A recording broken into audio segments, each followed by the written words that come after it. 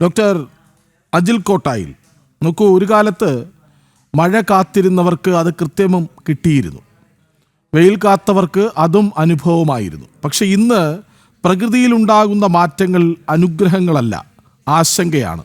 എന്തുകൊണ്ട്? അതായത് ഇതിന്റെ പ്രധാന കാരണമായിട്ട് നമുക്ക് കാലാവസ്ഥ വ്യതിയാനത്തിൽ തന്നെ അതിന്റെ കാരണമായിട്ട് നമുക്ക് പറയാം.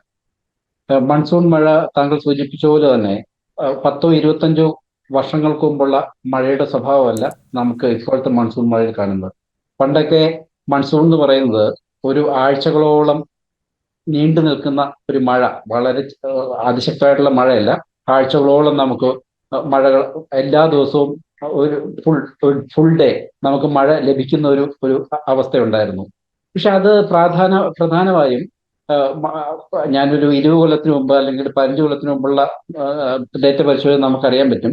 ഈ മഴ ഉണ്ടാക്കുന്ന മേഘങ്ങൾ കൂടുതലും സ്ട്രാറ്റിഫോം ക്ലൗഡ്സ് ആയിരുന്നു. സ്ട്രാറ്റിഫോം ക്ലൗഡ്സ് എന്ന് പറഞ്ഞാൽ ഏകദേശം നമ്മുടെ സർഫസിൽ നിന്ന് ഏകദേശം 5-6 കിലോമീറ്റർ വരെ ഉയരുന്ന മേഘങ്ങൾ.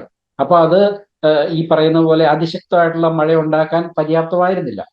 പിന്നെ ഈ പറയുന്ന പോലെ ഓവർ ദി ഇയേഴ്സ് നമ്മുടെ ഗ്ലോബൽ വാർമിംഗ് കൊണ്ട് ഭൂമിയുടെ അന്തരീക്ഷത്തിനും ഭൂമിയുടെ ഉപരിതലത്തിനും ചൂട് കൂടി.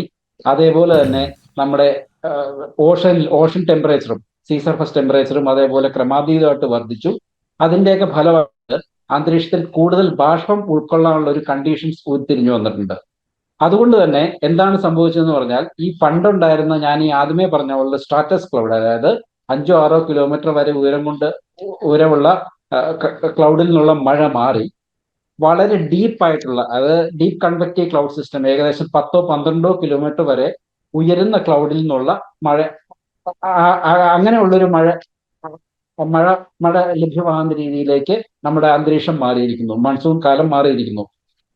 നമ്മുടെ ഡേറ്റ പരിശോധിച്ചാൽ അറിയാം, ഇതേപോലെ അതിശക്തമായിട്ടുള്ള മഴ പെയ്യ്ക്കുന്ന മേഘങ്ങളുടെ ഇന്റൻസിറ്റിയും അതിന്റെ ശക്തിയും അതിന്റെ ഫ്രീക്വൻസിയും കൂടിക്കൂടി വരുന്നതായിട്ട് നമുക്ക് ഡേറ്റ പരിശോധിച്ചാൽ കാണാം.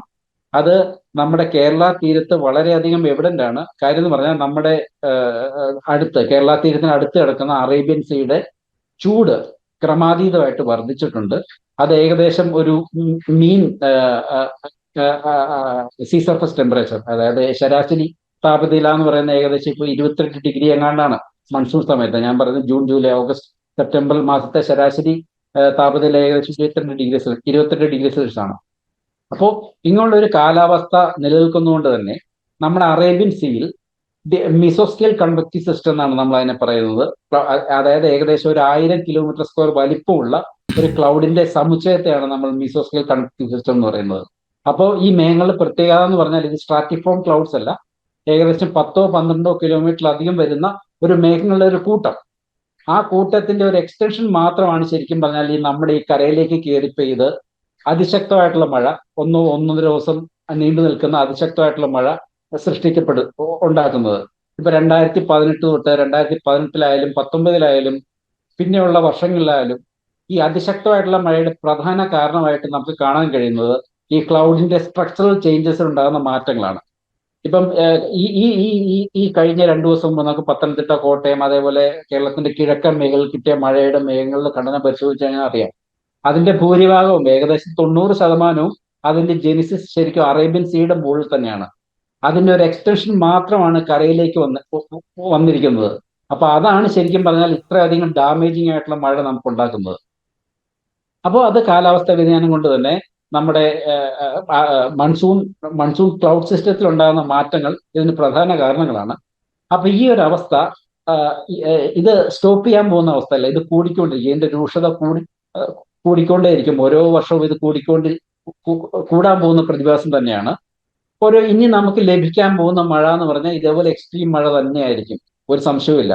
ഇതേപോലെ തന്നെ സാധാരണയായിട്ട് മൺസൂൺ കാലത്ത് നമുക്ക് 3-4 എപ്പിസോഡ്സ് ഓഫ് ആക്റ്റീവ് റെയിൻ, അതായത് ഒരു എപ്പിസോഡ് എന്ന് പറഞ്ഞാൽ 3-4 ദിവസം നീണ്ടു നിൽക്കുന്ന ഒരു മഴയാണ് സാധാരണയായിട്ട് നമുക്ക് മൺസൂൺ ആക്റ്റീവ് കണ്ടീഷനിൽ ലഭിക്കുന്ന മഴ.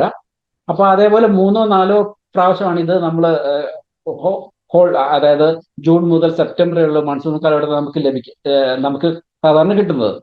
അപ്പൊ ഇങ്ങനെയുള്ള കണ്ടീഷൻസ് വരുമ്പോൾ, മൺസൂണിന്റെ ആക്റ്റീവ് കണ്ടീഷൻസ് വരുമ്പോൾ അതിശക്തമായിട്ടുള്ള മേഘങ്ങളുണ്ട്, അതിശക്തമായിട്ടുള്ള മഴ നമുക്ക് ഫ്യൂച്ചറിലും ഇത് തന്നെയാണ് നമുക്ക് ലഭിക്കാൻ പോകുന്നത്.